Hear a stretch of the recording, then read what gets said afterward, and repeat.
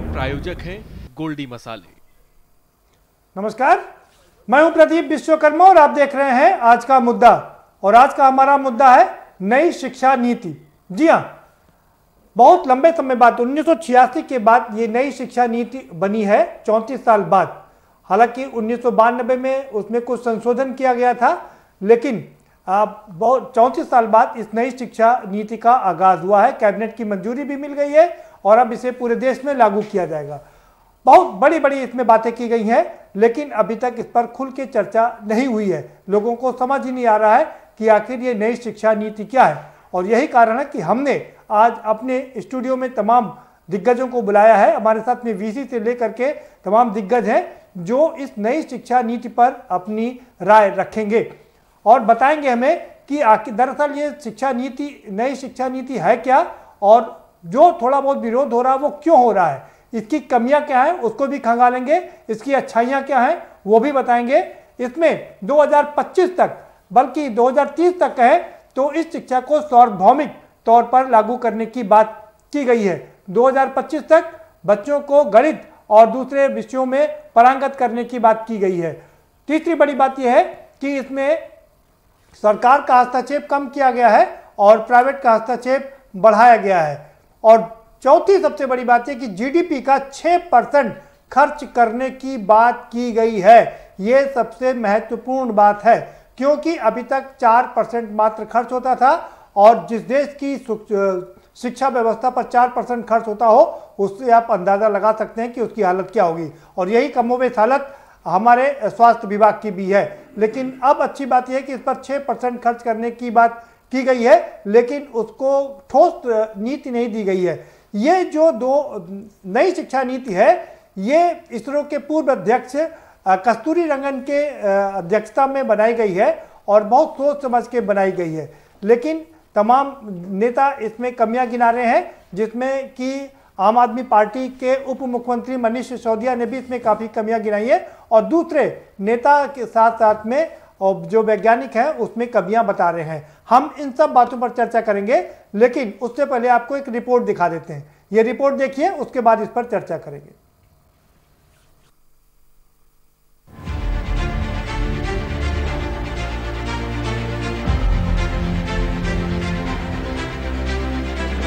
शिक्षा क्षेत्र में बड़े सुधार के लिए नई शिक्षा नीति को मंजूरी मिल चुकी है। इसका उद्देश्य एजुकेशन सिस्टम को पूरी तरह बदलना है। अब उच्च शिक्षा के लिए एक ही नियामक संस्था होगी। हालांकि त्रिभाषा फार्मूला को जारी रखा गया है। इसके अलावा मानव संसाधन मंत्रालय का नाम बदलकर शिक्षा मंत्रालय कर दिया गया है। बता दें, 1 मई को प्रधानमंत्री नरेंद्र मोदी ने नई शिक्षा नीति की समीक्षा की थी। पूर्व इसरो चीफ के कस्तूरी रंगन की अध्यक्षता में विशेषज्ञों की एक समिति ने इसका मसौदा तैयार किया था। कुछ राज्यों में हिंदी को लागू किए जाने को लेकर चिंता है, लेकिन एचआरडी मंत्रालय ने इसे दूर करने का भरोसा दिया है। शिक्षा क्षेत्र के सुधारों की पीएम मोदी की ओर से समीक्षा के बाद सरकार ने कहा था कि सरकार का उद्देश्य सभी को गुणवत्तापूर्ण शिक्षा, प्रारंभिक शिक्षा में सुधार लाना है। एक राष्ट्रीय पाठ्यक्रम लाया जाएगा जिसका फोकस कई भाषाओं, 21वीं सदी की कुशलता, खेल और कला आदि के समावेश पर होगा। स्कूली और उच्च शिक्षा में टेक्नोलॉजी के इस्तेमाल को बढ़ावा देने पर भी विस्तार से चर्चा की गई थी। हालांकि अधिकारियों ने ये नहीं बताया है कि क्या मसौदे में कोविड-19 संकट से मिले सबक को भी शामिल किया गया है। शिक्षाविद नई शिक्षा नीति को देश के हित में बताते हैं। उनका मानना है कि यह निश्चित रूप से शिक्षा प्रणाली को नई दिशा देगा। शिक्षा के क्षेत्र को 21वीं सदी की मांगों के अनुरूप ढालने की जरूरत है। यह नीति ऐसा करने में भी मदद करेगी। शिक्षा के क्षेत्र में आने वाला अब तक का सबसे क्रांतिकारी परिवर्तन होगा। ये कारगर होगा, इस सवाल का जवाब भविष्य के गर्भ में छिपा है। स्पेशल डेस्क के न्यूज इंडिया।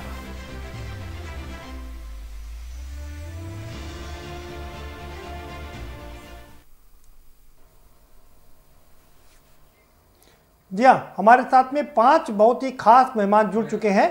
हम उनसे आपका परिचय करा देते हैं। यूं तो हमारे साथ 6 मेहमान जुड़ने थे, एक अभी नहीं जुड़ पाए हैं और जब वो जुड़ेंगे हमेशा की तरह तभी हम उनसे आपको रूबरू करवाएंगे। फिलहाल हमारे साथ लखनऊ स्टूडियो में सर्वेश चंद्र द्विवेदी जी जुड़ चुके हैं। आरएसएस की पत्रिका राष्ट्रधर्म उसका निर्देशन करते हैं और लंबे समय तक आरएसएस से जुड़े रहे हैं। बहुत स्वागत है आपका। आम आदमी पार्टी के प्रवक्ता लतीफ जी हमारे साथ में जुड़ चुके हैं, आपका बहुत स्वागत है लखनऊ स्टूडियो में। और 3 खास मेहमान हमारे साथ में जूम से जुड़े हुए हैं। साकेत कुशवाहा जी जुड़ गए हमारे साथ में, वीसी हैं केंद्रीय विश्वविद्यालय राजीव गांधी केंद्रीय विश्वविद्यालय के। बहुत स्वागत है साकेत जी आपका। और हमारे साथ में शबनम पांडे जुड़ चुकी हैं, भारतीय जनता पार्टी की नेत्री हैं, तेज तर्रार नेत्री हैं, आपका भी बहुत स्वागत है। और ओंकार नाथ सिंह जी भी हमारे साथ में जुड़ चुके हैं, बहुत वरिष्ठ नेता हैं कांग्रेस के, बहुत स्वागत है आपका भी। सीधा रुक करेंगे साकेत कुशवाहा जी का। साकेत जी, आप तो चूंकि वीसी हैं, पढ़ाते हैं, लिखाते हैं, बच्चों को आगे बढ़ाते हैं, आप इस न्यू एजुकेशन पॉलिसी को कैसे देखते हैं? अभिनंदन, प्रणाम। मेरी आवाज सुनी जा सकती है ना? जी जी। तो मैं ये बताना चाह रहा था कि पहली बात तो ये समझना होगा कि ये जो नेशनल एजुकेशन पॉलिसी की हम बात कर रहे हैं, जिसे एनईपी न्यू एजुकेशन पॉलिसी लोग बोलते हैं, लेकिन अब हम इसको नेशनल एजुकेशन पॉलिसी 2020 बोलते हैं। इसमें कुछ अहम मुद्दे हैं कि पहली बात तो ये समझना होगा कि किसी भी बच्चे में अगर शुरुआती दौर में आप उसको बहुत सारे बोझ में लाद देंगे, जैसे आपने देखा होगा शुरुआती दौर में जब हमारा पहले का एक दौर था, बच्चों के पास कम लोड था, लेकिन इस बीच 2014 से पहले फिर लोड बढ़ गया, बच्चों के बैग 8-10 किलो भारी होने लगे। तो ये महसूस किया गया कि बच्चे को सीखने को बहुत कम मिल रहा, वो सवेरे उठता है और किताबों के बोझ से दबा रहता है, उसका कोई विकास सा नहीं हो रहा है। और ऐसा भी नहीं है कि इस बीच बच्चे आईएएस भी बनते हैं, हम लोग भी उस जमाने के हैं। तो ये महसूस किया गया इस बीच कि बच्चे का बोझ कम किया जाए, बस्ते का बोझ कम किया जाए।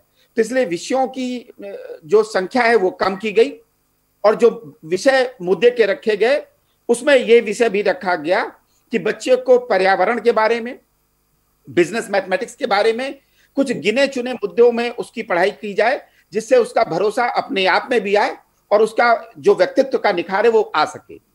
दूसरा एक मुद्दा ये भी आया जो कि हम लोग हमेशा बोलते रहे कि बच्चे को देश के प्रति अभिमान सा होना चाहिए। मैंने यहाँ 2006 से पहले मैंने करीब 14 साल अफ्रीका में काम किया है और बहुत सारे देशों की यात्रा भी की है। मेरे पास क्लास 5-6 मेरे बच्चे भी अफ्रीका में पढ़े हुए हैं, जबकि अफ्रीका को हम लोग थर्ड वर्ल्ड कंट्री बोलते हैं, आप जान रहे होंगे। वहां भी बच्चे को शुरुआती दौर में 3 भाषाओं की शिक्षा दी जाती है। तो ट्राई लैंग्वेज फार्मूला दुनिया के बहुत सारे देशों में है। जितनी ज्यादा भाषा आप जानने की कोशिश करेंगे उतना ही आपके पास इंफॉर्मेशन आएगी और आपके व्यक्तित्व का विकास होगा। तो बच्चे में भरोसा आए, देश के प्रति लगाव बढ़े और जब वो आगे बढ़े तो उसके व्यक्तित्व में वो निखार भी आए। जैसे हमने कहा कि किसी भी व्यक्ति को यूजी के समय हम म्यूजिक की शिक्षा भी दें, तो वो एक एस्पेक्ट देखा। एक एस्पेक्ट और भी है। ठीक है सर। साकेत कुशवाहा जी, आपका समय समाप्त हो गया, दोबारा से आपका रुख करूंगा जी। सर्वेश जी, क्या कहेंगे आप? देखिए, मुझे लगता है कि 34 वर्ष में ये पहली बार शिक्षा के बारे में इतनी गहन चिंतन किया गया और उसकी एक नीति तैयार हुई। और इसको मैं कोरिलेट करता हूँ 91 से नई औद्योगिक अर्थनीति आई, जिसको उदारीकरण कहा है जी। तो उस समय शिक्षा में भी उदारीकरण के नाम पर निजी विद्यालयों को काफी प्रोत्साहित किया गया। लेकिन वो उदारीकरण जो है वो शिक्षा नीति से संबंधित नहीं था, निजी क्षेत्र के लोगों को शिक्षा में इन्वॉल्व करने तक ही सीमित था। लेकिन ये शिक्षा में एक पॉलिसी परिवर्तन, वो पॉलिसी परिवर्तन ये है कि मैं अपनी दृष्टि से कहूँ तो जो वेस्टर्न एजुकेशन सिस्टम है ये डंपिंग सिस्टम ऑफ एजुकेशन है, और जो भारतीय परंपरा का पुराना रहा वो डायलिसिस सिस्टम ऑफ एजुकेशन रहा। इसलिए जो शुरू में विद्यार्थी जो 5 वर्ष का या उससे कम आयु के हैं, इनको जो सीखने की प्रवृत्ति है उस पर महत्व दिया गया। फिर इसके बाद धीरे धीरे उसकी उम्र के अनुसार उसको सीखने का और जानने का, और फिर उसके द्वारा जो जाना जाए वो क्या क्या चीजें उसे जाननी आवश्यक है, इस पर भी महत्व दिया गया जी। इसलिए कुल मिलाकर के अगर हम देखें तो इस नई शिक्षा नीति में मातृभाषा में शिक्षा प्राथमिक स्तर पर दी जाए, ये उसका राइट है प्रत्येक बच्चे का, और उसके लिए भी इसमें प्रोविजन किया गया।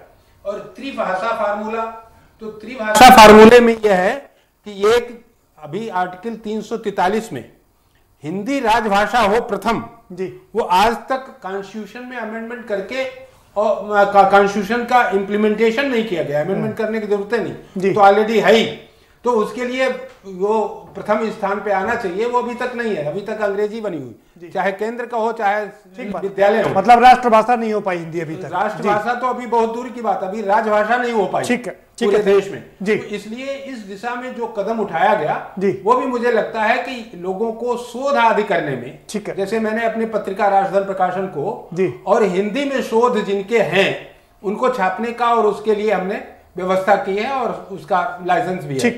ठीक है सर, अब दोबारा से आएंगे, आपका समय समाप्त हो गया है क्योंकि सारे लोगों को इसमें शामिल करना है। शबनम पांडे जी, आप भी, आपकी सरकार है और लाजमी है कि आप इसके पक्ष में बोलेंगी, आप भी बोल लीजिए, तो उसके बाद फिर हम ओंकार नाथ सिंह जी का रुख करेंगे।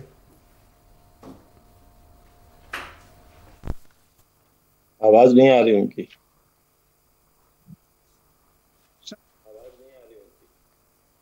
शबनम पांडे जी, आपकी आवाज हम तक नहीं पहुंच पा रही है और हम अपने सहयोगी से कहेंगे कि वो आपकी आवाज हम तक पहुंचाएं। तब तक हम ओंकार नाथ सिंह जी का रुख कर लेते हैं। ओंकार नाथ सिंह जी, आपने साकेत कुशवाहा जी को सुना, वीसी हैं राजीव गांधी केंद्रीय विश्वविद्यालय के, और सर्वेश द्विवेदी जी को सुना, क्या कहेंगे आप? देखिए, जो नेशनल एजुकेशन पॉलिसी सरकार ने बनाई है, मुझे इसमें कुछ नया नहीं लग रहा है। पहले भी प्ले स्कूल हुआ करते थे, प्राइमरी होते थे, मिडिल होता था, हायर सेकेंडरी होता था, ग्रेजुएशन होता था, पोस्ट ग्रेजुएशन होता था। आज भी इन्होंने प्राइमरी स्कूल को डिवीजन करके दो भागों में कर दिया।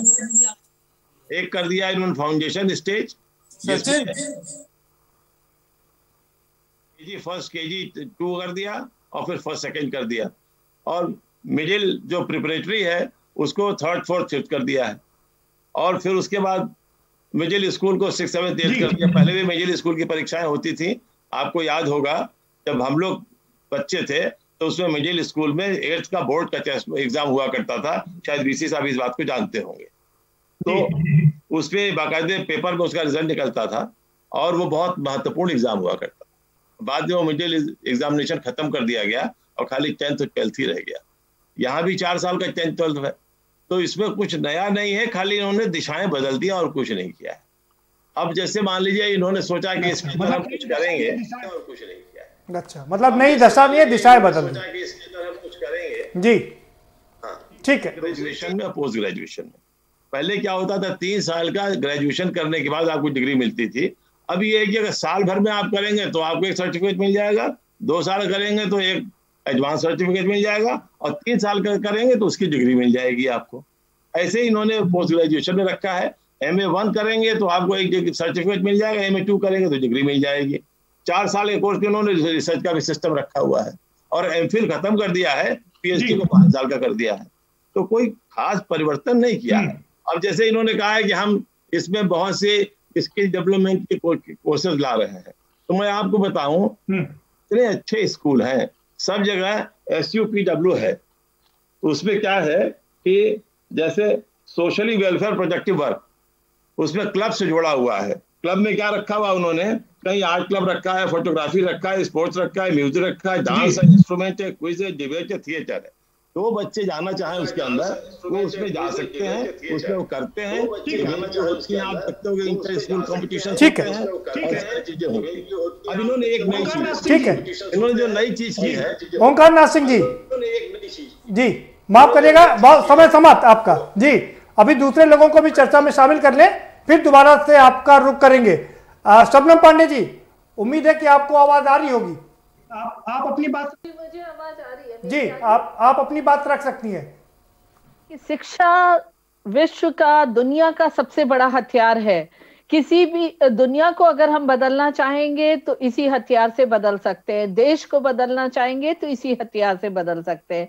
और 34 वर्षों के बाद हमारे देश ने जो एक शिक्षा नीति लाई है वो एक नए रेवोल्यूशन, नए आंदोलन की तरह है।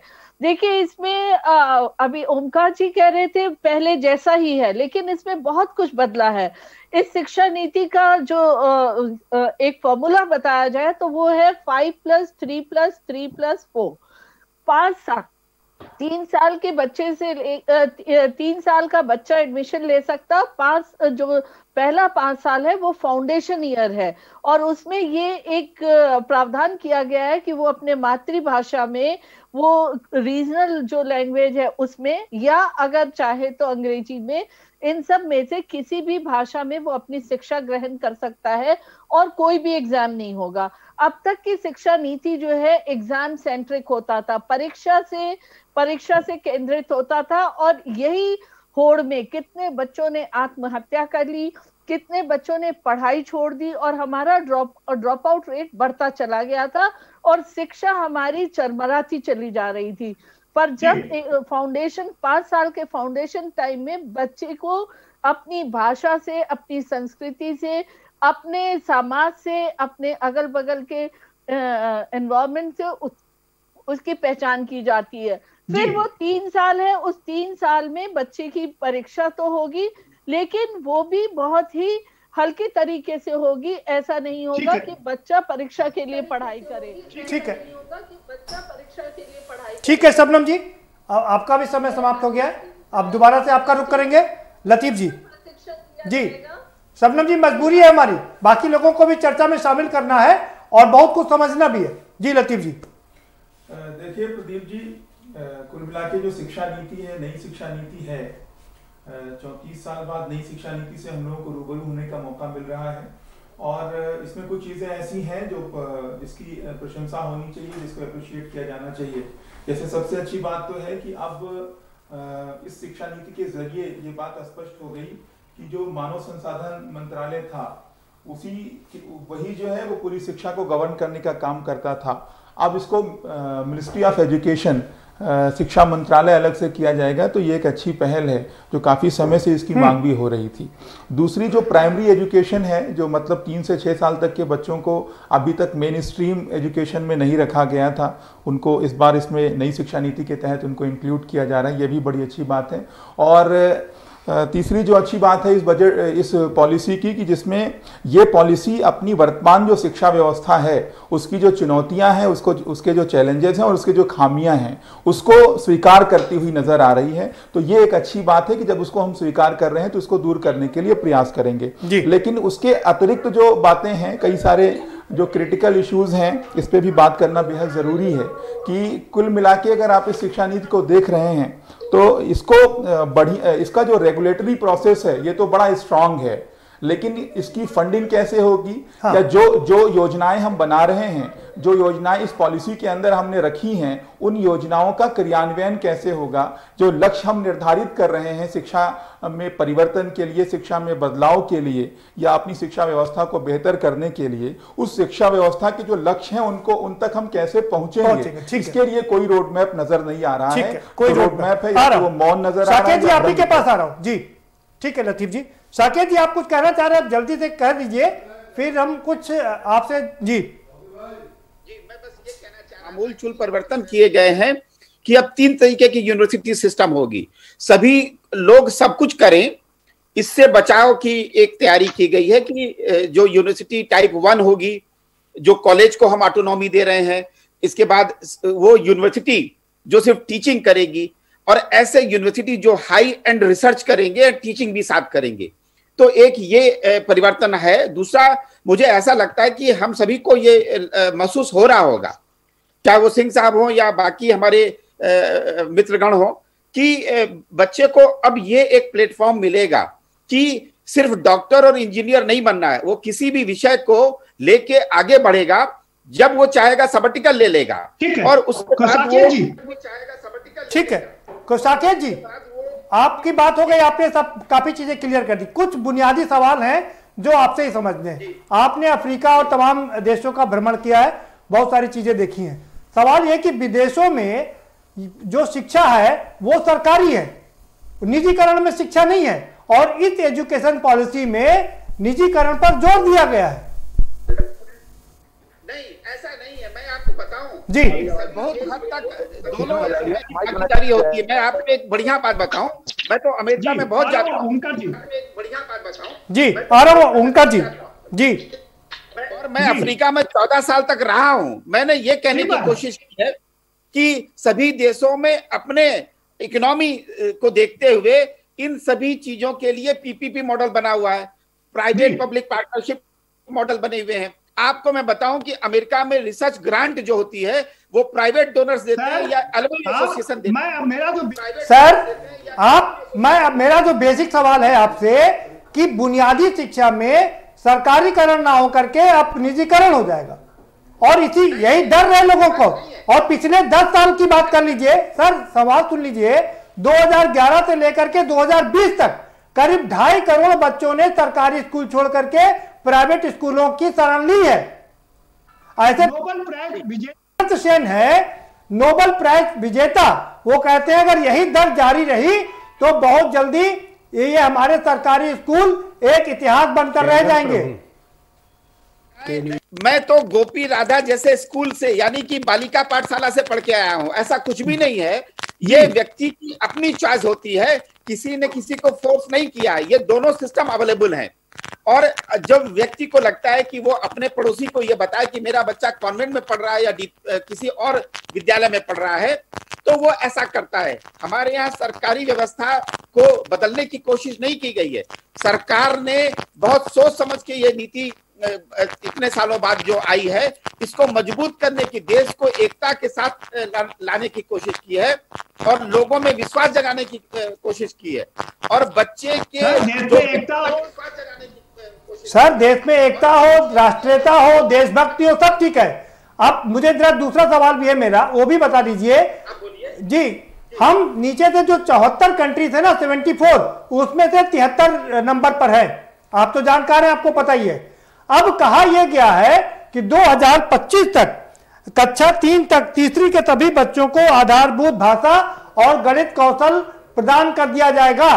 अभी जो हमारे बच्चे हैं 7वीं 8वीं क्लास के बच्चे, ना तो अंग्रेजी आती है ना हिंदी आती है। आपको लगता है 2025 तक वो तैयार हो जाएंगे? आपसे ये पूछ रहा हूँ कि ये जो त्रुटि है ये किसी सरकार की देन तो नहीं है। मैं ये कहने की कोशिश कर रहा हूँ। नहीं, ये आपकी बात ठीक है, ये वर्तमान सरकार की देन नहीं है, ये हमारे देश की एजुकेशन पॉलिसी की खामियां हैं। मैं ये कह रहा हूँ बच्चे में वो देखिए और सबको अपनी जिम्मेदारी बिल्कुल ठीक कह रहे हैं। ब्रेक पर जाएंगे साकेत जी, मजबूरी है, ब्रेक पर जाना है। एक छोटा सा ब्रेक लेंगे और ब्रेक के पार आएंगे तो सभी मेहमानों के पास चलेंगे। सभी के जहन में कुछ सवाल है, वो सवाल करना चाहते हैं, उनके जवाब भी चाहते हैं। और सर्वेश जी के पास चलेंगे, उनसे समझने की कोशिश करेंगे कि 6% एजुकेशन पर खर्च करने की बात की गई है, लेकिन कैसे खर्च किया जाएगा इसका कोई विवरण नहीं दिया गया। कैसे इन्वेस्टमेंट होगा, चर्चा जारी रखेंगे, लेकिन एक छोटे से ब्रेक के बाद। आप देख रहे हैं के न्यूज, खबरों का सारथी। GGS Education Group launches 20% discount on academic fee of courses MBA, BBA, BCA, BFSI and GM, D Pharma, B Pharma. Offers best infrastructure, best transport facility, best academic service and best placement service. Register today to avail 20% discount. Call 9971 496 497 or visit the campus Kanpur Lucknow Highway near Unnao. GGS Education Group. लम्हे छोटे से ये जिंदगी से भरे, इन्हें हाथों में भर ले और जी ले जरा। मुसाफिरा तू है चला, मुसाफिरा रे। छोटे छोटे लम्हों का अनोखा सफर, कमला पसंद, अनोखा स्वाद। खुदी को आजमाया है तो ये अंदाज आया है, खुदी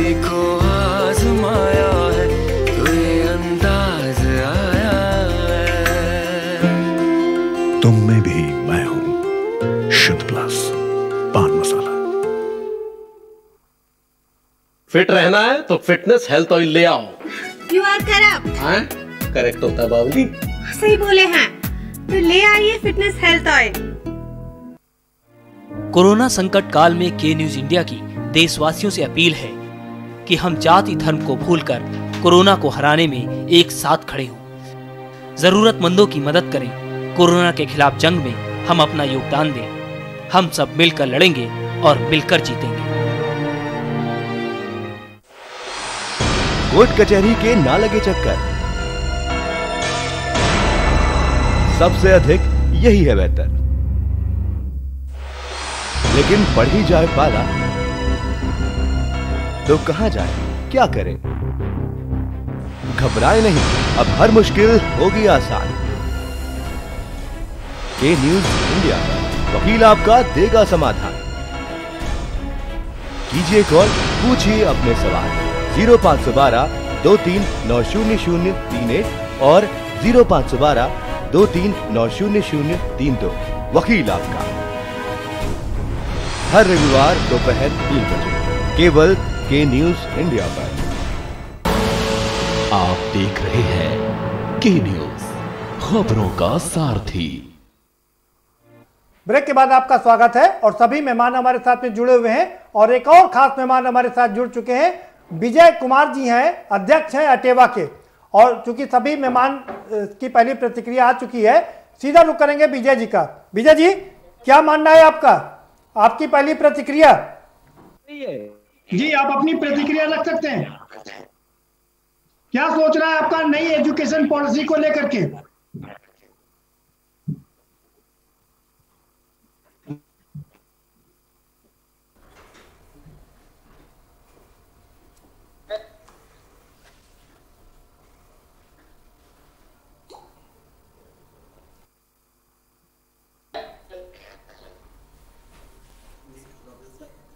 लगता है विजय जी तक आवाज नहीं पहुंच पा रही है।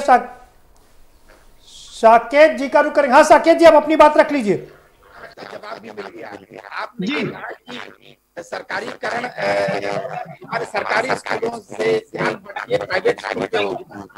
ये सरकार यही तो चाह रही है नेशनल एजुकेशन पॉलिसी में कि प्राइवेट इंस्टीट्यूशन की तरफ से अब हमारे सरकारी स्कूलों में बच्चे विश्वास करते हैं। और दूसरी बात, लेकिन इसका तो कहीं खुलासा नहीं किया गया ना सर। इस बात को कहीं नहीं दर्शाया गया है कि सरकारीकरण किया जाए। ये ओपन कॉम्पिटिशन का जमाना है और जो 6% दिया गया, जो आपने अभी कहा कि इसकी एक संरचना नहीं दी गई है। ठीक है, आएंगे आपके पास में दोबारा से। ठीक है सर, आएंगे आपके पास में दोबारा से। सर्वेश जी, आप कह रहे त्रिभाषा का फार्मूला अडॉप्ट किया गया है। त्रिभाषा का फार्मूला कोई पहला नहीं, इसके पहले भी शुरू किया गया था। लेकिन आपकी सहयोगी पार्टी यानी कि भारतीय जनता पार्टी की सहयोगी पार्टी तमिलनाडु में उसका विरोध कर रही है। वो कह रही त्रिभाषा फार्मूला सही नहीं है, नई शिक्षा नीति का विरोध कर रही है। देखिए जी, सभी को शिक्षा नीति के बारे में जी इसके दो पार्ट हैं। एक पार्ट है जो अभी नीति घोषित हुई है जी, जिसको कैबिनेट ने स्वीकृति दी है। दूसरा पार्ट है एग्जीक्यूशन का।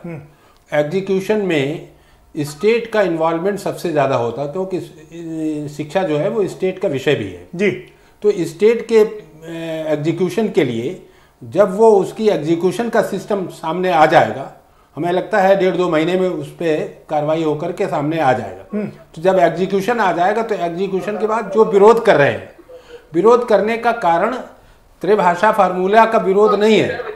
विरोध ये है कि वो जैसा चाहते हैं अभी तक विरोध करते रहे, भाषा के नाम पे लोगों को बांटना और विरोध करना। एक बार फिर से वो भाषा की समस्या शुरू, तमिलनाडु में जो पहले हुआ था, हाँ। हिंदी भाषा को काटना शुरू किया था, एक बार फिर से शुरू। हाँ, तो वो उसका जो है उसी के कारण है, लेकिन वो खत्म हो जाएगा, उसका कोई बहुत महत्व नहीं रहेगा। अच्छा, जब मातृभाषा में है, आप जल्दी से मुझे ये समझे। ठीक बात है, आपकी मातृभाषा, हम चाहते हैं मातृभाषा यहाँ पर लागू हो। हमारी हिंदी भाषा जो 70 साल हो गए अभी तक राष्ट्रभाषा नहीं बन पाई है, वो लागू हो, इसमें कोई शक नहीं है। तमिल की भाषा में ही पढ़ेंगे, मातृभाषा उनकी तमिल है तो बच्चे तमिल में पढ़ेंगे जी, और इसके बाद आगे जिस भाषा में पढ़ना चाहेंगे वो पढ़ेंगे। वो कह रहे हम तीसरी भाषा क्यों पढ़े भाई, हमारे पास 2 भाषा है, हम तमिल और अंग्रेजी पढ़ेंगे। वो इसलिए वो ये कह रहे हैं कि अंग्रेजी जो है, वही मैंने कहा कि ना अंग्रेजी जो है आर्टिकल 343 के कारण जो है उसे सेकंड ग्रेड में जाना चाहिए, नहीं हो पा रही। आप जल्दी से ये बता दीजिए, 6%, पहली बात 6% का वादा किया कि एजुकेशन पर 6% खर्च किया जाएगा,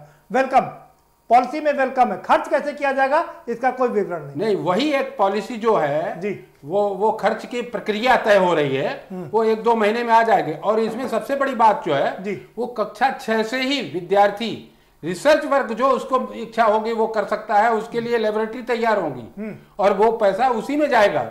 और दूसरे एम्प्लॉयमेंट के लिए जो टेक्निकल एजुकेशन चाहिए वो शुरू हो जाएगी। तो ये एक जो अभी क्लर्क बनाने वाली शिक्षा है जी, मैकाले की शिक्षा जो आप बता रहे हैं, अब उसकी जगह पर भारत को विकसित करने के लिए, ठीक है, उसके लिए वो शिक्षा दी जाएगी। मतलब विकासशील देश से निकलकर विकसित देश में हम जा रहे हैं, विकसित देश में जाएंगे। ठीक है। ओंकारनाथ सिंह जी, 2 बातें सर्वेश जी ने बहुत महत्वपूर्ण कही है। कह रहे हैं कि लॉर्ड मैकाले की जो शिक्षा थी लोगों को क्लर्क बनाने की, उससे दूर हटेंगे और विकासशील देश से निकलकर विकसित देश की ओर अग्रसर होंगे। नहीं पहुंचेंगे। हर सरकार की ये धारणा होती है कि अपने देश का वो कल्याण करे और आगे बढ़े, और नीति इसी हिसाब से बनाई जाती है। इसमें कोई भी सरकार ये नहीं चाहती कि हम ऐसी नीति बनाए जो क्या कहते हैं देश को अवनत के मार्ग पर ले जाए जी।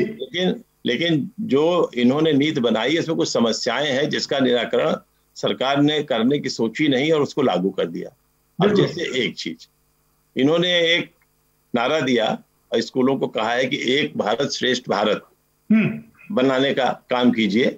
उसके अंतर्गत क्या क्या उन्होंने एक राज्य को 2 राज्य से एक राज्य से जोड़ दिया है। जैसे उत्तर प्रदेश को मेघालय और अरुणाचल से जोड़ दिया है जी। तो उत्तर प्रदेश के स्कूलों में अरुणाचल और मेघालय के कल्चर को पढ़ाया जाएगा और उनके अल्फाबेट को बच्चों को पढ़ाया जाएगा। उस अल्फाबेट को पढ़ाने के लिए टीचर कहाँ से मिलेंगे, कहाँ से आएंगे टीचर, इसकी कोई व्यवस्था नहीं। ओंकारनाथ सिंह जी, टीचर इस तरह से आएंगे, सुन लीजिए आपके नहीं, मैं एक बीच में सुन लीजिए, सवाल भी सुन लीजिए। टीचर इस तरह से आएंगे जैसे इसके पहले भी त्रिभाषा फार्मूला लागू किया गया था। हमने भी लखनऊ विश्वविद्यालय में तमिल पढ़ी है, हमको तमिलनाडु के टीचर आकर के यहाँ पढ़ाते थे, परमानेंट टीचर थे यहाँ पर। सर सुन लीजिए जी सर, स्कूल चला रहे इंटर कॉलेज, हमें ये समस्या सामने आ रही है, ऐसे सारे लोगों को आ रही है। एक चीज, दूसरी चीज क्या है कि आपने बीएड का कोर्स किया, बीएड के कोर्स को आपने 3 साल का कर दिया। अभी तक 1 साल का था, शायद 2 साल का था, 1 साल था, वो 3 साल का कर दिया, करने जा रहे हैं। और 3 साल का जब कर देंगे उसके बाद वो 2-3 टेस्ट और ले रहे हैं एग्जाम जी, तब वो टीचर बनेगा। अब आप ले रहे हैं एग्जाम जी, तब वो टीचर बनेगा। लड़की 3 साल पढ़े कितनी फीस देगा ग्रेजुएशन करने के बाद? सर ओंकारनाथ सिंह जी, समय कम है, जल्दी जल्दी से छोटा छोटा अपने बात रखिए। अगर आप ये सब चीजें नहीं समझने के लिए आप बताइए तो क्या समस्याएं आ रही हैं? अब ये बताएंगे नहीं तो खाली बात कर लेंगे 10 आदमियों से, तो 10 आदमी बोला फायदा क्या उससे होगा? कर लीजिए बात से जी। मतलब वो जो है तो वो जो आ रही है, तो भाई आप क्यों इतना पैसा खर्च करा रहे हैं बच्चे का? ग्रेजुएशन के बाद जब उसका एंट्रेंस टेस्ट होता है तो सबसे पहले क्या करना चाहिए, जितने आपको टेस्ट लेने हैं वो ले लीजिए। टेस्ट लेने के बाद उसको फिर बीएड करा दीजिए, और बीएड के बाद वो एलिजिबल हो जाए कि वो टीचर हो सकता है या हो सकती है। जैसे टीएमटी के बाद एमबीबीएस करने के बाद आदमी डॉक्टर हो जाता है, वैसे ही वो टीचर हो गया। तो हम कहते हैं सरकारी स्कूल में नहीं उसको चांस मिलेगा, उसको कहीं और मिलेगा, बिल्कुल प्राइवेट स्कूल में मिलेगा। लेकिन अगर आप ये सारे जो बंधन बना रहे हैं स्कूल में एडमिशन लेने के पहले, बच्चों का सिलेक्शन होने के पहले, तो वो तो बच्चे परेशान हो जाएंगे और पैसा में माँ बाप का अलग खर्च होगा। ठीक है, चीजों को सरकार को स्पष्ट करना चाहिए कैसे करना है। अब आप सरकार को ठीक है सरकार को स्पष्ट करनी पड़ेगी। अभी बहुत सारी चीजें हैं, कोई नई पॉलिसी आती है तो उसमें कमियां भी होती है, उस कमियों को दूर भी किया जाता है, और इसीलिए हम चर्चा के लिए बैठे सर जी। ठीक है जी, आप ही के बता रहा हूँ विजय बंधु जी, अगर आपको आवाज आप ही के बता रहा हूँ विजय बंधु जी, अगर आपको आवाज मिल पा रही हो तो आप अपनी बात रख सकते हैं।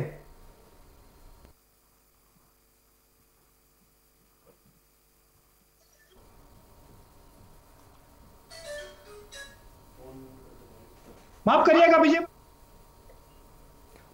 विजय बंधु जी, आपकी आवाज हम तक नहीं पहुंच पा रही है। शबनम पांडे जी, आप जवाब देना चाहेंगे ओंकारनाथ सिंह जी का? आपके पास जी।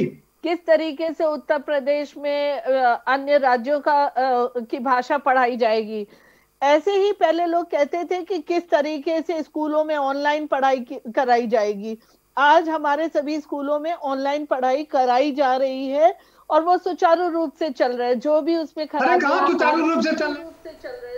अरे कहाँ सुचारू रूप से चल रहे हैं शबनम पांडे जी? नहीं, देखिए पढ़ पा नहीं रहे, इंटरनेट है नहीं, पढ़ पा नहीं रहे हैं। दो प्रकार के भारत हो गए, एक इंडिया और एक भारत हो गया है। नहीं, देखिए कर पाते थे, आज आप देखिए ज्यादातर स्कूल ऑनलाइन चल रहे हैं। वैसे ही अगर हम फॉरेन शबनम पांडे जी, अरे शबनम पांडे जी, शबनम जी 5% बच्चों को देखकर आप पूरी अपनी पॉलिसी बता रही हैं। 95% बच्चों के साथ क्या हालत है उसके बारे में भी बताइए। 95% बच्चों के पास ना तो स्मार्टफोन है ना इंटरनेट की फैसिलिटीज है, वो कैसे ऑनलाइन क्लासेस कर पा रहे हैं? लतीफ जी, 120 करोड़ लोग इंटरनेट का इस्तेमाल कर रहे हैं। आप डाटा कहां से लाए, जरा बताइए तो। जो आप उठा के सरकारी स्कूल के कितने बच्चे ऑनलाइन क्लासेस ले पा रहे हैं ग्रामीण अंचल में, आप जाके इसकी कितनी रिपोर्टिंग आप लोगों ने ही की है। ग्राउंड पे हम लोग भी देख रहे हैं कि किस तरह की ऑनलाइन क्लासेस कितनी दुर्गति है, किसी से छिपा नहीं है। तो जैसे इन्होंने ऑनलाइन क्लासेस दी हैं वैसे इस तरह की भी व्यवस्था की बात ये पॉलिसी में कर ले रहे हैं। ये तो एडवर्टीजमेंट करने में ये लोग माहिर हैं। ठीक है, मान लीजिए उतने बच्चे अगर नहीं आते हो, 10 ही बच्चे होते हैं, 5 बच्चे होते हैं कि हम पंजाबी में पढ़ेंगे, तो फिर कैसे वो पढ़ाएगा? टीचर कहाँ से आएगा उसके लिए? ये पेमेंट कहाँ से होगी? तो पीजीटी आप जब देना पड़ेगा आपको प्लेज उसको, तो कहाँ से देगा स्कूल? ये सब सारी समस्याएं कहाँ से देगा स्कूल? भाई ओंकारनाथ सिंह जी, आप कम से कम इस बात के लिए तो थैंक यू बोलेंगे सरकार को कि 4% से निकाल करके 6% पर ले आई है। जीडीपी का 6% खर्च होगा। समझ में आता है, तक तो सारी चीजें कायदे से हो जाएंगी। प्रणाली प्रदीप जी ऐसी थी शिक्षा प्रणाली कि जो बच्चा साइंस भी पढ़ रहा है उसको अगर हिस्ट्री नहीं पढ़ने का मन है तो उसे हिस्ट्री भी पढ़ना है, ज्योग्राफी भी पढ़ना है, संस्कृत भी पढ़ना है, सभी चीजें। आज कम से कम हमारे एजुकेशन सिस्टम ऐसा है कि बच्चे अपने चॉइस से पढ़ेंगे और किसी परिस्थितिवश अगर अपनी हायर एजुकेशन में उसके बाधा आती है, चाहे आर्थिक परिस्थिति हो या पारिवारिक स्थिति, तो एक तरीके से एकेडमिक क्रेडिट बैंक रखा गया जिसमें कि वो अगर पहला साल करता है तो उसकी डिग्री, देखिए हर चीज का प्रावधान किया गया है कि बच्चों को वो पुस्तक, वो सिलेबस थोपा नहीं जा रहा है जो उसे भविष्य में उसकी जरूरत नहीं है। बच्चे की को देख के जरूरत नहीं है।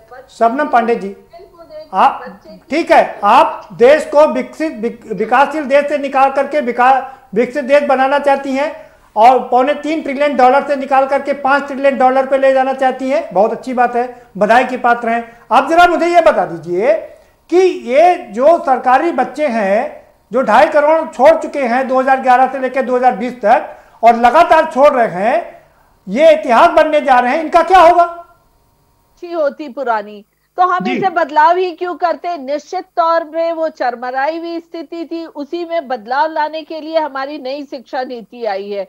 और जब बदलाव आएगी और वो पूरी तरीके से जन सहभागिता के साथ धरातल पर उतरेगी और सुचारू रूप से चलेगी तो निश्चित तौर पे वो कर रहे हैं, वो भी धरातल पर एक सही और सुचारू शिक्षा नीति। शबनम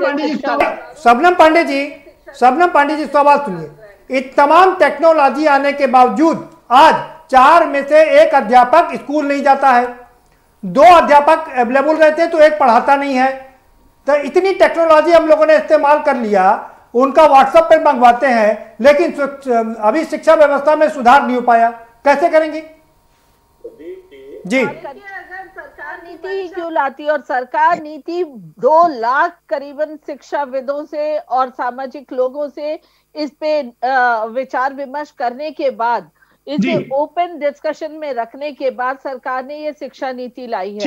और सरकार ने ये शिक्षा नीति, ठीक है और इसको धरातल पर उतारने का, आ रहा हूँ साकेत जी, आप ही के पास आ रहा हूँ। सभी लोग जी जो इस क्षेत्र से जुड़े हुए हैं या जो अभिभावक हैं या जो इसकी जिम्मेदारी है, सब मिलके। ठीक है शबनम पांडे जी। ओंकारनाथ सिंह जी, आप कुछ कह रहे? शबनम पांडे जी, ओंकारनाथ सिंह जी, आप कुछ कहना चाह रहे हैं? लोग अच्छे के लिए लाते हैं, सारी चीजें करते हैं, लेकिन उसका समाधान जब तक नहीं आप निकालेंगे। अब आप बताइए, अगर पंजाबी भाषा में कोई आदमी पढ़ना चाह रहा है और आपने प्रावधान कर दिया कि वहां पढ़ाई हो सकती है, दिल्ली के अंदर बंगाली में हो सकती है, और बच्चे उतने नहीं मिले और 10 ही बच्चे अगर रहे तो उसको पढ़ाने के लिए टीचर कहाँ से आएंगे? उनका पेमेंट कौन करेगा? आप इन सब चीजों को सर, वो सरकार इसीलिए तो 4% से 6% जीडीपी का किया गया ना जी। मैं आपको फिर बता रहा हूँ सर, मैं आपको फिर बता रहा हूँ, मैं अपना उदाहरण दे रहा हूँ आपको, ओंकार नाथ सिंह जी, मैं अपना उदाहरण दे रहा हूँ। सर सुन लीजिए, ओंकार नाथ सिंह जी सुन लीजिए, मैंने ओंकार नाथ सिंह जी, शबनम पांडे जी रुकिए, मैं आ रहा हूँ आपके पास। शबनम पांडे जी, आपकी बात हो गई जी। शबनम पांडे जी बीच में डिस्टर्ब ना करिए, अपने अपने समय पर बात रखिए जी। ओंकार नाथ सिंह जी, अगर इसका समाधान हो पाएगा, सबसे पहले तो जो पढ़ाने वाले टीचर हैं वो अपनी जिम्मेदारी को समझे। जैसा कि अभी बताया है कि 2 आते हैं, एक पढ़ाता है, एक नहीं पढ़ाता, आप ही बता रहे हैं। तो अगर ये सारी चीजें हो, लेकिन मैं आपसे बिल्कुल नहीं, लेकिन मैं आपसे एक चीज पूछना चाह रहा हूं, आपको बताना चाह रहा हूं कि जब मैं भी लखनऊ यूनिवर्सिटी से एमए कर रहा था और उससे पहले हमने भी तमिल भाषा सीखी, एक एक्स्ट्रा भाषा पढ़नी होती थी, हमने तमिल भाषा सीखी और तमाम हिंदी कविताओं का तमिल में ट्रांसलेशन किया, तो उसका फायदा भी मिला ना, तो पढ़ना पड़ेगा। अगर यूपी को मेघालय से जोड़ दिया जाता है तो सभ्यताओं का, संस्कृति का आदान प्रदान होगा जी। सब लोग पढ़े हैं, कई लोग फ्रेंच लेके पढ़ते हैं, कई लोग क्या कहते हैं बंगला लेके पढ़ते हैं, कई संस्कृत लेके पढ़ते हैं। वो कितना पढ़ते हैं और कैसे पास होते हैं आप भी जानते हैं, हम भी जानते हैं जी जी। ये सब चीजें छोड़ दीजिए।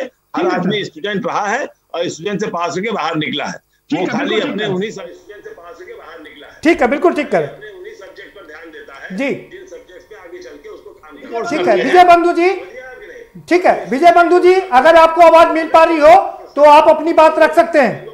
ठीक है सर, ठीक है ठीक है सर, ठीक है विजय बंधु जी। मतलब नहीं है, लेकिन उस जो एक्सपेंडिचर उसका है उसको सरकार वहन करे। बिल्कुल, वही सरकार ही वहन करेगी भाई, सरकार ही वहन करेगी उसको जी। आ रहा हूं विजय बंधु जी, आपको आवाज मिल रही है? साकेत जी, विजय बंधु तक आवाज नहीं पहुंच पा रही। साकेत जी जल्दी से अपनी बात रख लीजिए। पहले मैं बता दूं कि एक भारत श्रेष्ठ भारत में ये ठीक है कि हम लोगों का, और हम बीएचयू और अलीगढ़ मुस्लिम यूनिवर्सिटी के साथ जुड़े हैं, लेकिन ये एक्सचेंज जो है पीजी लेवल के बच्चों को कल्चरल टूर के लिए बना है, और हम लोग ये चाहते हैं कि बच्चे को एक दूसरे के कल्चर के बारे में मालूम चले, जिससे पूरा देश एक सूत्र में बंधे। और बात की ये जो फार्मूला है, जो हमारे सिंह साहब भी एग्री करेंगे, बार बार मुझे अच्छा लग रहा है कि सिंह साहब बार बार ये कह रहे हैं कि इसमें और काम करने की आवश्यकता है। मैं भी तो यही कह रहा हूं कि टीचर के बारे में आप ये बात कर रहे हैं कि वो अभी आते नहीं है, उनकी उम्र 30-35 साल होगी, तो ये 30-35 वर्षीय टीचर कब पढ़ के निकले? यानी कि हमारे भीतर जो काम करने की क्षमता है, जो भावना है, उसमें प्रेरणा की आवश्यकता है।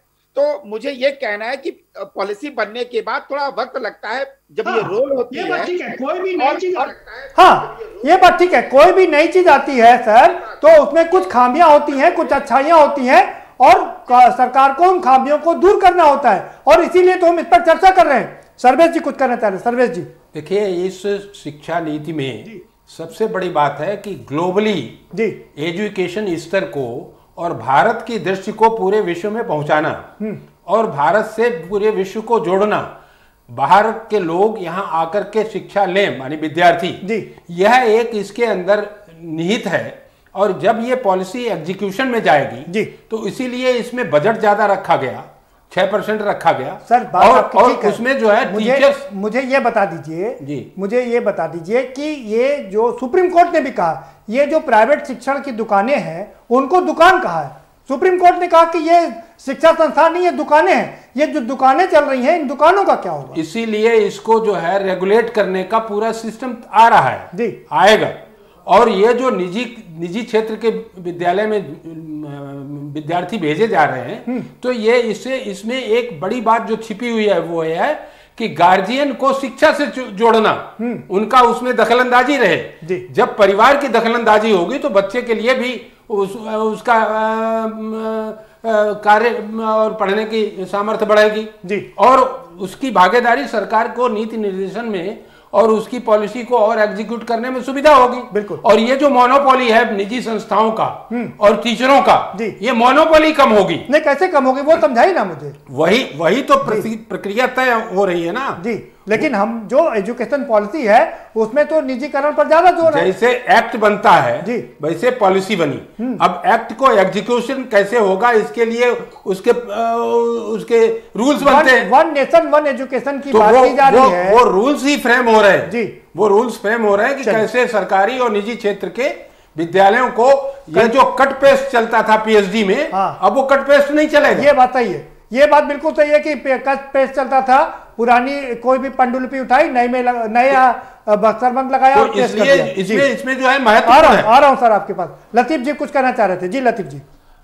देखिए प्रदीप जी, जहां तक एजुकेशन सिस्टम की बात है तो जिन देशों का एजुकेशन सिस्टम अच्छा है और जो देश विकसित हैं उनमें सबसे अच्छी बात यह है कि वहां की जो पूरी शिक्षा व्यवस्था है वो सरकारी व्यवस्था पे ज्यादा डिपेंडेंट रही है। उन देशों की सरकारों ने अपने यहाँ की शिक्षा को अपनी जिम्मेदारी समझते हुए यही बात तो मैं काम किया है जी। लेकिन अब आप आज जो नई शिक्षा नीति पे हम लोग बात कर रहे हैं, इसमें मामला बिल्कुल उलट है। हमें ये उम्मीद थी कि इस नई शिक्षा नीति में सरकारी स्कूलों को बढ़ावा देने के लिए, सरकारी स्कूलों में क्वालिटी एजुकेशन देने की बात होगी, लेकिन ऐसा नहीं हो रहा है।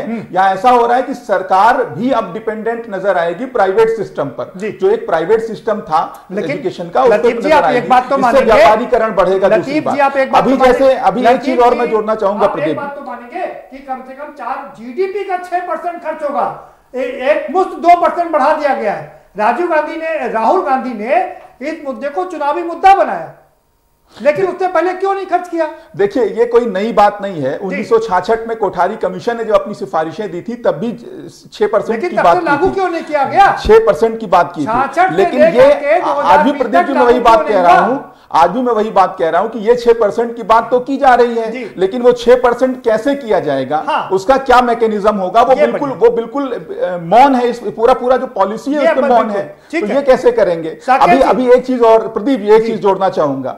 अभी जो 3 साल से 6 साल तक के बच्चों की बात हुई, उसमें 2 तरह का सिस्टम इसी शिक्षा नीति में है। एक तो आंगनबाड़ी पढ़ाएंगे, उनको आंगनबाड़ियों के जरिए होगा, और एक प्री प्राइमरी सिस्टम जो है जो डीपीएस से पढ़ेगा। आप बताइए इन दोनों में कितना अंतर है? बहुत मौजूद सवाल है साकेत जी, इसमें कितना अंतर है, इसमें कैसे काम करेंगे? जब तक इस अंतर को नहीं खत्म करेंगे, लेकिन उसका तब तक इसमें कोई परिवर्तन नहीं आने वाला। और बेसिक एजुकेशन में एक बच्चा क्लास में पढ़ेगा, एक बच्चे को आंगनबाड़ी कार्यकर्त्री पढ़ाएंगी। दोनों में कैसे दोनों में तो वन नेशन वन एजुकेशन की बात नहीं हो पाएगी। तो ये समझने की आवश्यकता है कि जो हम लोग बार बार ये कह रहे हैं कि 6% खर्च कैसे होगा, इस पे इम्प्लीमेंटेशन पे काम हो रहा है। मुझे लगता है कि 6 महीने से 1 वर्ष के भीतर सारी रूपरेखा सामने आ जाएगी। दूसरी बात, जीईआर बढ़ाने की बात हो रही है। तो जीईआर तभी बढ़ेगा जब 18 से 25 वर्ष के बच्चों को या यूथ को हम प्लेटफॉर्म देंगे। ये कैसे करेंगे? यानी कि सरकार ये सोच रही है कि सभी जगहों पे हमारे चाहे वो टाइप 1 यूनिवर्सिटी खोले, टाइप 2 या टाइप 3 यूनिवर्सिटी खोले, लेकिन हमारे यहाँ संस्थाओं की जरूरत है। और साथ ये सरकार ने महसूस कर लिया था कि सीट की कमी की वजह से ये जो हम कंपटीशन करते हैं या एक स्कैर्सिटी पैदा हो जाती है, डिमांड सप्लाई में डिफरेंस है, इसको दूर करने के लिए ये जो 2% की आप बात कर रहे हैं, 4 से बढ़ा के 6 किया, सरकार इसके खर्च करके इंस्टीट्यूशन को नंबर बढ़ाना चाहती है। साथ में बच्चों को एक प्लेटफॉर्म देना चाहती है कि कंपटीशन की भावना कम ना हो। लेकिन उसके लिए one nation one test policy, आप सोचिए एक बच्चा आज के जमाने में कम से कम 5 जगह के फॉर्म भरता है, और वो 5 जगह के फॉर्म जल्दी से इसको भी क्लैरिफाई कर दीजिए। साकेत जी जरा जल्दी से इसको भी क्लैरिफाई कर दीजिए। एक बच्चा स्कूल में पढ़ेगा, एक बच्चा आंगनबाड़ी में पढ़ेगा, दोनों की क्या एजुकेशन समान होगी? जी आपने ये कैसे महसूस कर लिया कि आंगनबाड़ी में काम करने वाले लोग काबिल नहीं है? आपको मैं ये बताऊं कि चाहे आजकल तो पीएचडी होल्डर हमारे स्कूलों में भी काम कर रहे हैं, तो हो सकता है या ये है भी कि मतलब आपको लगता है कि आंगनबाड़ी से पढ़ के वो बच्चा और स्कूल में प्राइवेट स्कूल में पढ़े हुए बच्चे से कम्पीट कर पाएगा? मतलब आंगनबाड़ी का डीपीएस से मुकाबला किया जा सकता है। जी साकेत जी, नजीब जी कह रहे हैं कि साकेत जी लतीफ जी कह रहे हैं कि आंगनबाड़ी में पढ़ा हुआ बच्चा डीपीएस से compete कर सकता है। देखिए प्रदीप जी, लतीफ भाई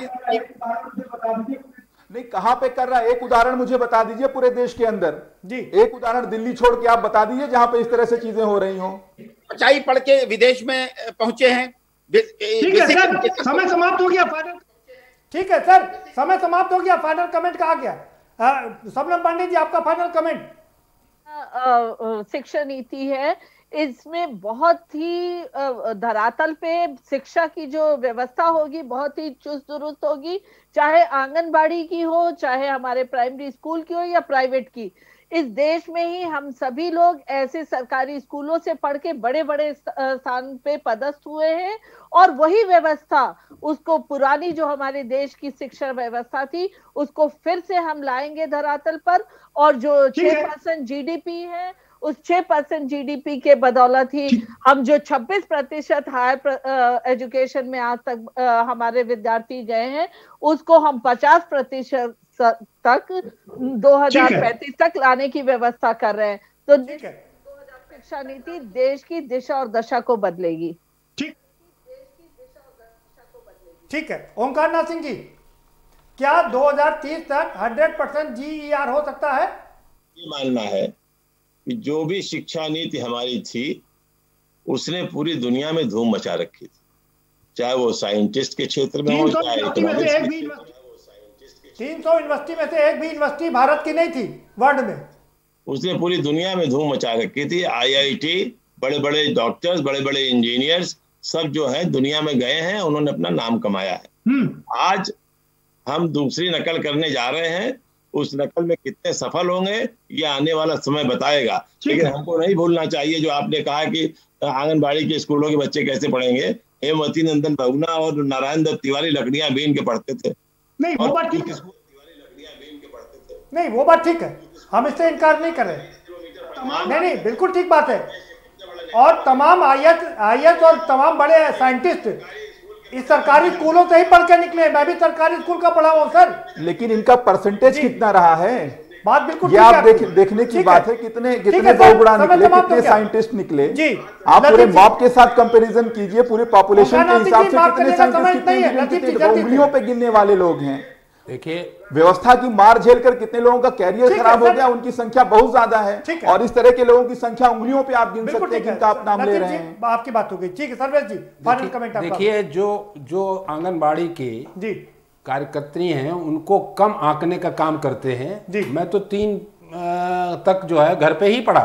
बिल्कुल ठीक बात। और यह संस्कार देने का केंद्र है आंगनबाड़ी, और बाकी समाज से जुड़ने वाला केंद्र है। महिलाओं को भी एजुकेट करना, बच्चों को भी करना, वृद्ध को भी उसमें जोड़ना, तो ये एक संस्कार के केंद्र में है। और जो 3 वर्ष को पढ़ाने का है वो भी संस्कार देने का है, और उनके अंदर जिज्ञासा पैदा करने की ये क्या है, ये क्या है, और उसकी जानकारी हो। तो ये जो है पूरे देश को कमतर करके नहीं देख रहे हैं, वो अच्छा है। सब सरकारी स्कूल भी बात व्यवस्था पे हो रही है, दो अलग अलग तरह की व्यवस्थाएं हैं, उनका कैसे कंपैरिजन करेंगे आप? साकेत कुशवाहा जी, आपका फाइनल कमेंट। मेरा फाइनल कमेंट, T20 के दूरगामी परिणाम होंगे और जैसी आशा की गई है वैसे ही परिणाम निकलेंगे। इसमें बस शिद्दत से जुड़ने की आवश्यकता है और मन से काम करने की आवश्यकता है।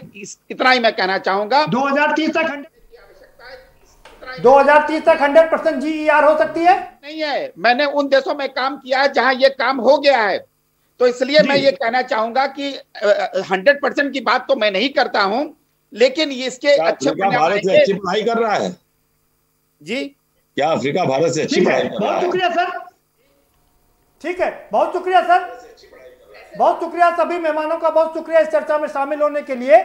नई एजुकेशन पॉलिसी लागू होने वाली है और इसमें तमाम इफेक्ट्स हैं, कुछ कमियां हैं, बहुत सारी अच्छाइयां भी हैं, उस पर काम किया जा रहा है। कैसे 6% जीडीपी का इसमें खर्च किया जाएगा, उसको लेकर के चीज़ें चल रही हैं। तो इस बात पे कोई शक नहीं है कि जब कोई नई चीज़ आती है तो उसमें कुछ कमियां भी होती हैं और उन खामियों को दूर करके आगे बढ़ना ही बड़ी बात होती है। हम उम्मीद कर सकते हैं कि सरकार भी इन खामियों पर गौर फरमाएगी और इनको दूर करके जो उनका सपना है कि देश को विकासशील देश से निकाल करके विकसित देशों की श्रेणी में पहुंचाना है और 100% एजुकेशन पहुंचाना है लोगों तक, वो उसमें सफल होगी। फिलहाल इस कार्यक्रम में इतना ही। आप हमें दीजिए इजाजत और बाकी खबरों के लिए देखते रहिए के न्यूज़ इंडिया।